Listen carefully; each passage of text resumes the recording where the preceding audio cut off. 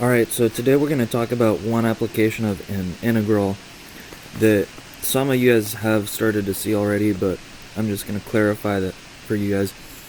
And that's when we're looking at the graph, or a graph and an integral. So we want to think back to what the very definition of an integral, and that's going to be the area under a curve.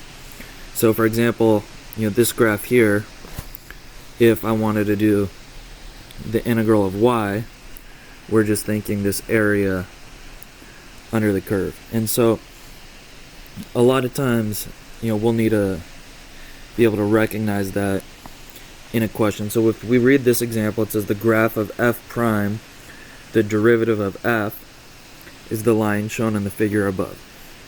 We want to be very careful that this is not f, but it's f prime. And they did tell us that, but we just want to, again, really be careful of that.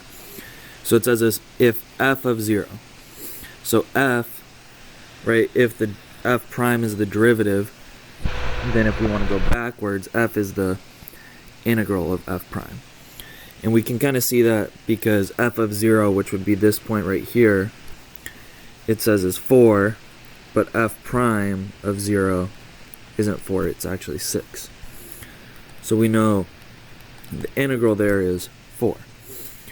And so what we can see is as we go from the point 0 to the point 1, the graph of f prime changes by this area, this triangle here.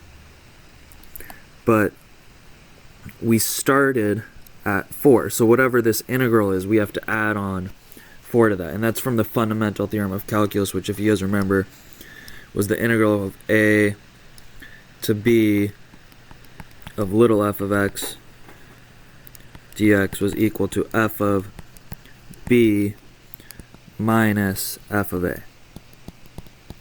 So in this case, we're kind of saying that the integral from 0 to 1 of f prime of x dx is equal to f of 1 minus f of 0.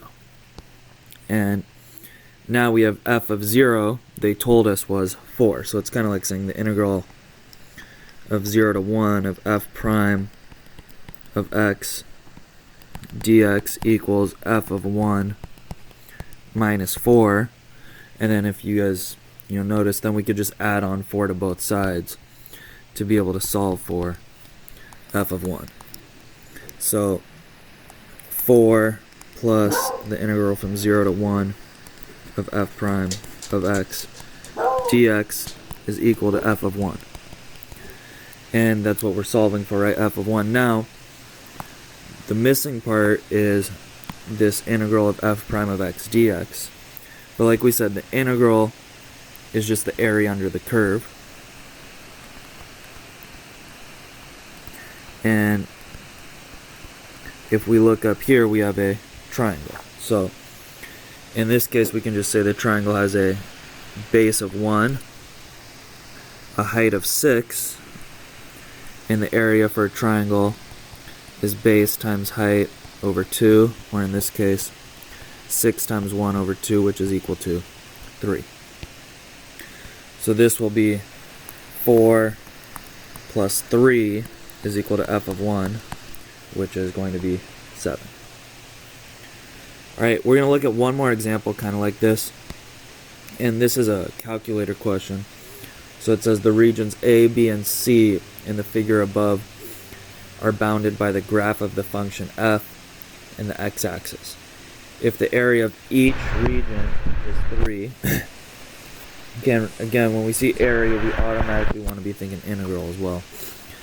What is the value of the negative 3 to positive 3 of f of x plus cosine of x dx? Now this question requires two things. This looks very, very complicated. And if we look at this graph, this is f of x. And you could try to think composition and add on a cosine to each point, but that would be really complicated. Instead, what we want to remember is our integral rules, which tells us we can just split this up. So we have the integral from negative 3 to positive 3 of f of x dx plus the integral from negative 3 to positive 3 of cosine of x dx. And now, since this is a calculator question, this second part we can actually just say is going to be done on our calculator. So this part right here, we can just plug into our calculator. Or I'm actually going to plug into Wolfram alpha, and you notice we get this 0.2824, or 224. So we have 0.2822, and now we just need this part of our integral. Now, it said the area of each region is 3. We do need to look back at the graph. So this is 3, but since it's below the axis, it's actually going to be negative 3. Then area of B, again, will be this time positive 3 since it's above. And the area of C, since it's below our axis, again, will be negative 3. Then we can just cancel out, one of the positive areas with the negative area. And so we know that the area of the whole thing from negative 3 to positive 3 is negative 3.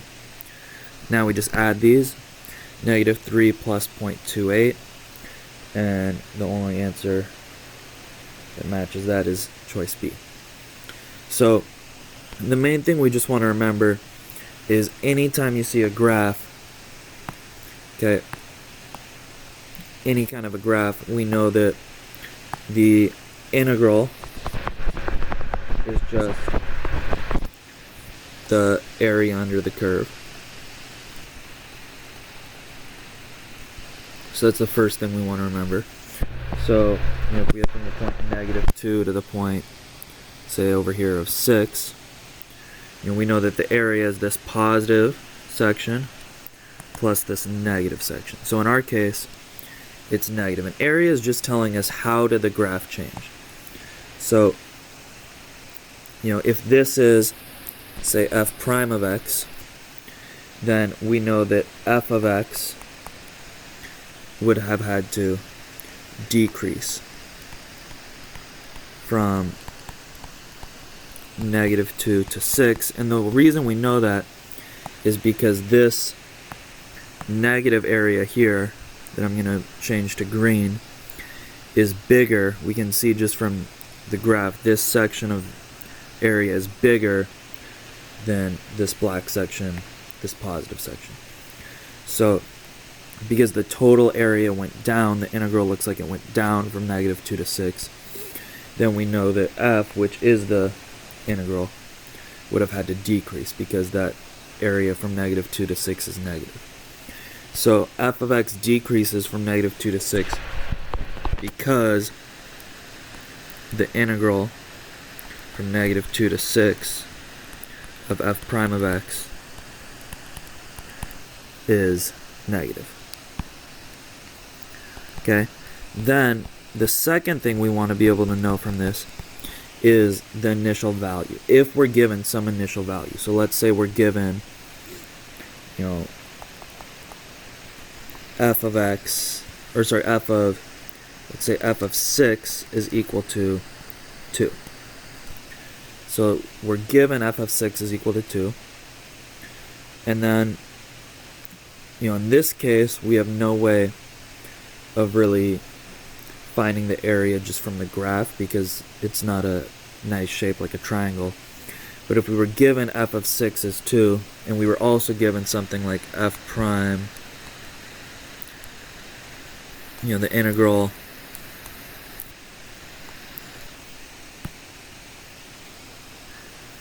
this is freezing, but let's say we're given the integral from negative 2 to 6 of f prime of x dx is equal to, let's say, negative 10. So somehow we were given that negative 10.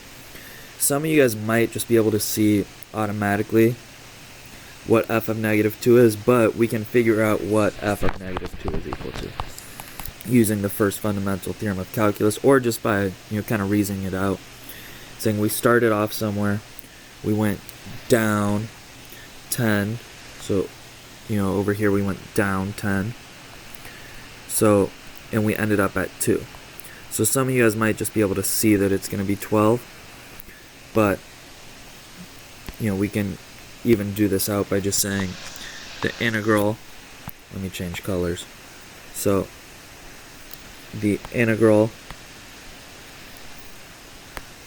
I think my battery is dying on this, the integral from -2 to 6 of f prime of x dx is equal to f of 6 minus f of -2. And that's just the definition. That's our fundamental theorem of calculus. Now we plug in what we know. So we know that the integral is -10 is equal to f of 6 is 2 minus f of -2.